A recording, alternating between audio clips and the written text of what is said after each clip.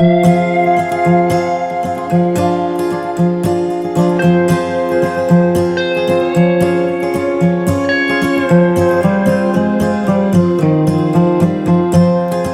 blue jay's favorite food is the acorn that helped spreading of the oak trees after the last glacial periods.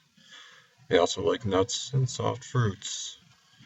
Known for their intelligence and complex social systems, much about their migrations are a mystery. They can mimic hawks, even humans and cats. They are quite the chipmunk bird, as they stuff food in their throat pouch to hide it elsewhere later. They hold their food with their feet while pecking them open. The blue jay. We're going to square back up to the sliding miter, set up my blade, cut looks good, and go ahead and cut it.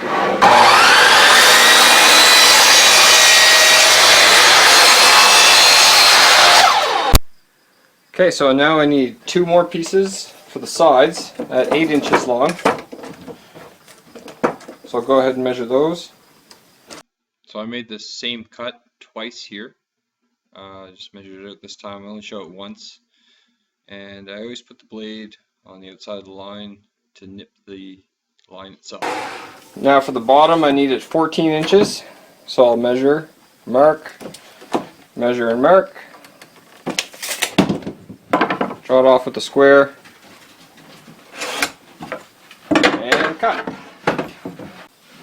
Okay, so I have 2 more cuts left for the roof. That's 2 at 14. For the roof, I cut them a little bit longer than I needed them, and I cut them both on the remaining bit of this wood. The reason why I cut them a little longer is I was going to trim them off after, and they only have to overhang 2 inches, so I gave it about a 3.5 inch overhang. Here I'm setting the angle to 20 degrees. Well, it starts at 90, so I'll be hitting 70, as you can see here. Then I set up the corner of the wood to hit the blade and put the blade just above the actual wood itself, and then just ride it in. I measure 7 inches to have 7-inch wide for my roof.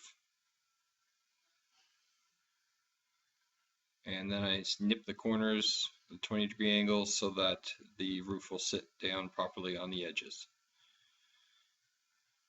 I set my 2 points. I set it down, drew it on, and traced it on here. I'm going to cut that out with the bandsaw. So here on the bandsaw, I've got a, looks like 1/2-inch blade on, and just running through. At the start there, I made myself a little bit of a relief, and just lets the blade turn a little bit on the sharper part of the turn. And the rest of it's just about keeping it steady and straight. Take your time. Then I get on the belt sander and give it a quick sanding with about 60 grit, just to get it down to shape. Okay, so here I'm going to make the siding, and to do that I got some old barn board. I like the look of this. It's going to make some real nice siding that matches my barn. And here we go. I'm just going to resaw it down, cut off this side and then this side, and then I got another piece, and that'll give me enough siding for the whole thing. It's hard going through, the board's not flat. Also, when you're pushing and resawing, it's best to keep the pressure just in front of the blade there. It allows for contact of the fence, even if there's any warp or anything in the board itself, as much as possible. Then I went ahead, and once I had the thin strips, I measured, marked, and cut them with the X-Acto knife. At first I was using handsaw, but the X-Acto knife was going through just fine, and so I stuck with that.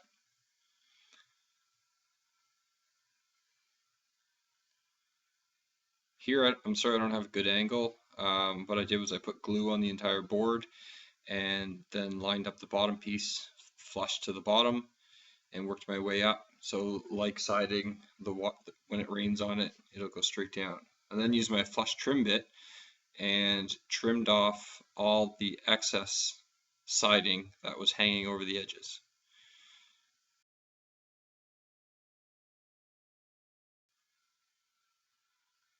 here, you'll notice I make my passes. First I make a shallow pass. I don't go right to the bearing. And then I go right to the bearing and cut all the way in. It stops burning from happening and a cleaner cut. For corners, I always go around the corner first so that I don't get blowout, and then I work my way to the corner. Again, making a shallow and then a deep cut all the way. You can see my corner here, then I just nip the corner real lightly. This is for the bottom and top rails that connect in the front.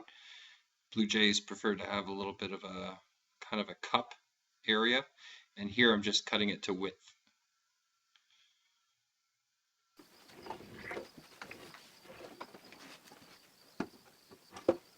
So once they're all set, I went ahead and tacked them in. And also I glued it all and then clamped them in for the glue to set.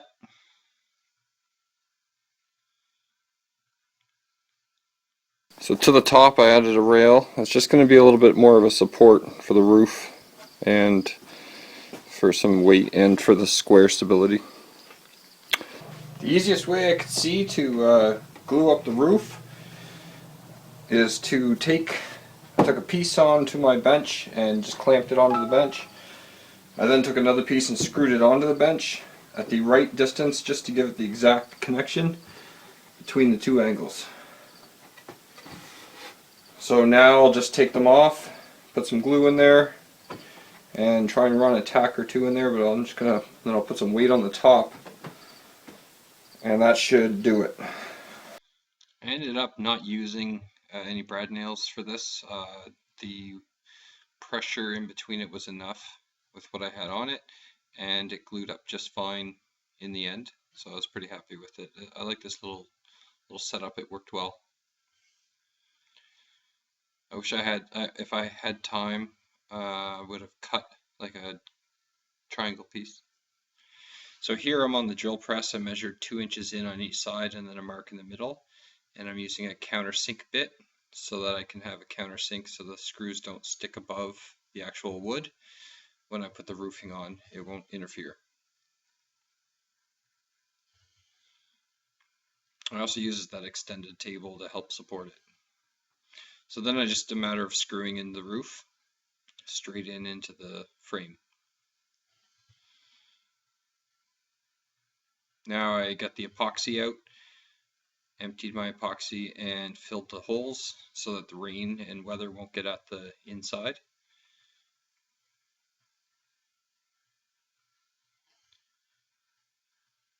And then I covered the roof in epoxy. And the reason why I'm doing this, I had a nice piece of rubber, a sheet of rubber, and I'm going to apply that onto the top. As you can see here, I'm putting the rubber on and flattening it out on top of it. I then cut the basic shape out around with scissors, then went ahead, flipped it over and cut it all out with an X-Acto knife to the edges, and it gave me a real nice clean rubber roof that will keep all the wood nice and dry, or mostly dry anyway. So my girlfriend made the window and the door, and in order for it to fit over the siding properly, I need to cut out a little groove to fit over the bumps of the siding.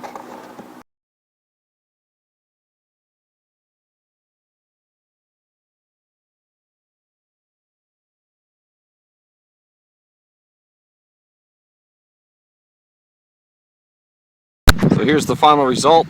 BlueJay's like an open space to live in. The siding,